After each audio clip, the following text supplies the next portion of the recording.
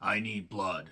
Give me blood! Sunrise was directed by Andrew Baird, who's done shorts and a couple feature projects. Check out his IMDb page for the full list of his work. This is written by Ronan Blaney, who's done a few films like Don't Go, and you can also check out his IMDb page for the full list of his work. And this stars Guyde Pearce as Hello, Joe, a man that is bound and determined to get a Chinese immigrant family out of his goddamn whatever the fuck town this is. Podunk town that could be in the Pacific Northwest, Northern Ireland, or likely in a goddamn alternate universe. We don't really define it. It doesn't really goddamn matter. There's a few picturesque shots of this particular town that really could be in a lot of mountain towns in the Pacific Northwest, to be perfectly honest. We have a few towns that look like that. Being in the Pacific Northwest, I would know. So, yes, hello, Joe, along with his family, including Ma, played by the older lady that was recently in Tarot, also in The Northman, and played the older version of the survivor of the original Texas Chainsaw Massacre in the Texas Chainsaw Massacre Netflix movie. Olwen, that's her last name. I can never pronounce her last name correctly. She's actually a very good actress. I don't know what the fuck she's doing in films like this. Oh, I'm tipping my hand as to how I felt about Sunrise already. Guyde Pearce. Remember when Guyde Pearce seemed like he was going to be doing really good projects, and he did Memento, then he did The Time Machine, and that wasn't really all that good, but Guyde Pearce is a pretty good actor. What the fuck was he doing in this?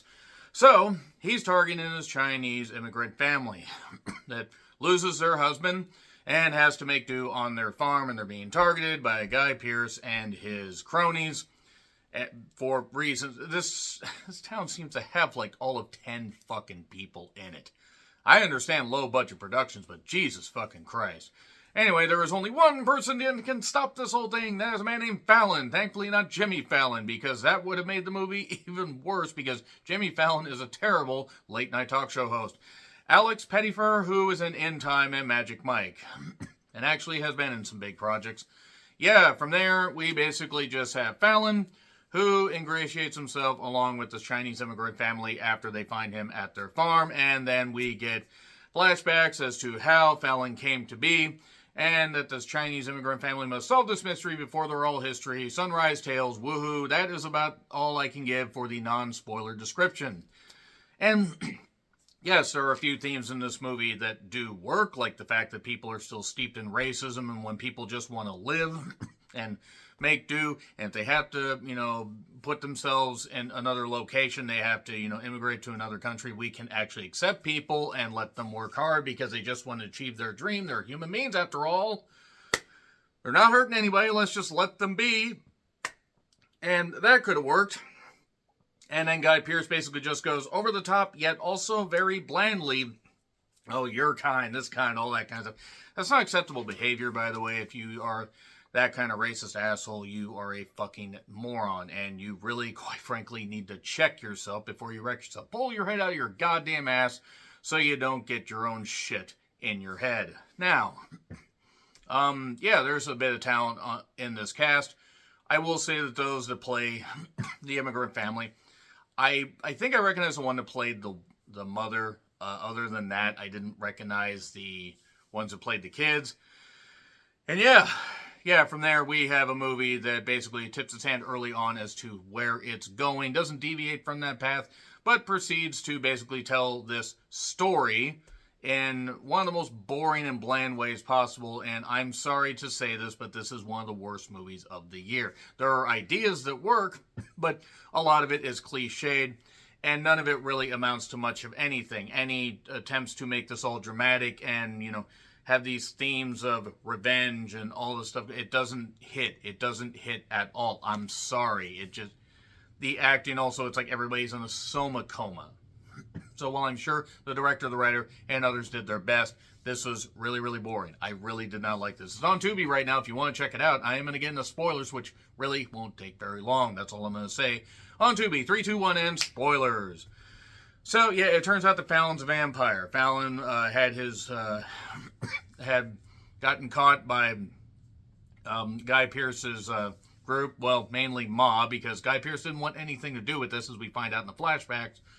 And Fallon and his wife ends up getting killed. He ends up somehow getting turned into a vampiric creature by the Redcoat.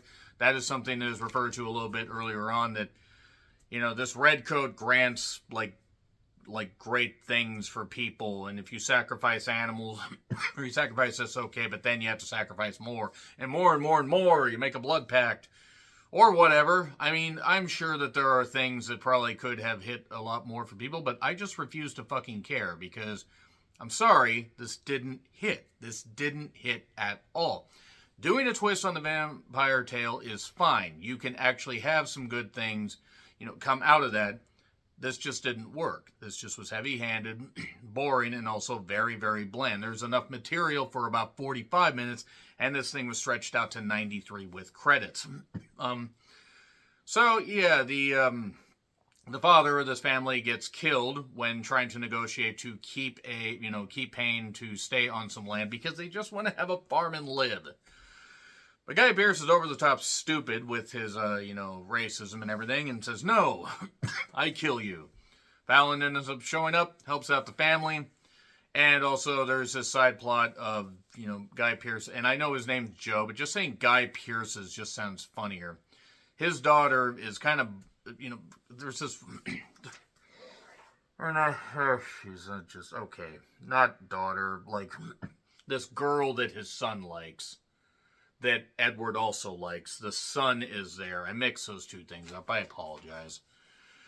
The son works at this bar that Ma owns, and this son seems to think he can get away with whatever, beat up Edward just because, he's an immigrant. He doesn't matter. Again, if this actually led to, if these weren't not even one note, but paper-thin characters, this might have hit. Because when people start dying, it doesn't goddamn matter. There's this cop that shows up. The dog ends up getting killed. Thankfully off camera. Not that anything could have downgraded this movie anymore.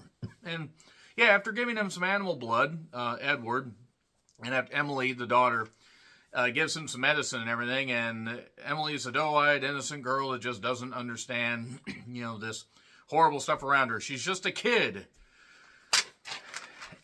And then we find out in the flashbacks. We go through so many flashbacks in the last 30 minutes. It actually was almost infuriating because it's like, yeah, we know. We know, movie. You don't have to hold our hand or whatever because we're just going to rip it away and run for the goddamn hills. Hopefully to, a hill that's showing a better movie than Sunrise. And Guy Pearce decided he didn't want part of any of, Ma's voodoo shit. This is after Ma died, by the way. Or Ma died sometime after. I really don't give a shit, quite frankly, because this timeline was just so freaking messed up. Took him to his particular tree, and along with the wife, Fallon and the wife, who I think was named John.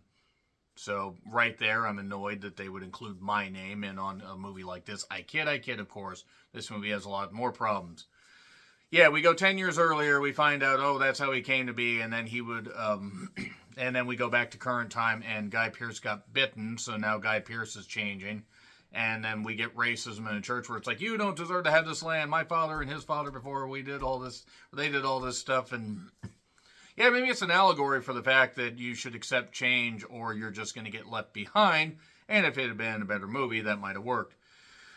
So, yeah, after people get killed, Joe has the family, and then Joe easily gets dispatched, that is, by Fallon. He drags him to the area where his wife is killed, and then they burn alive. He burns him alive while there's this voice over there, seemingly the redcoat, seemingly the funder saying, what the fuck are you goddamn doing? And then, those fire effects, by the way, were terrible. I understand low production. I'm sorry. But if you can't make something look halfway good, please don't do it. That being said, the family is fine. I guess racism has just ended forever because this one family's dead. Oh, yes, and also the girl that, the Guy Pearce's son was kind of hitting on and practically being rough with, got stabbed because he was a fucking idiot. And he got killed. And does it really matter? No. F. Gets an F. I don't know how the fuck I got that much out of this review. Agree, disagree, what I said, like, share, subscribe, Twitter handle in the description. I'm John Rentland. I'll see you soon.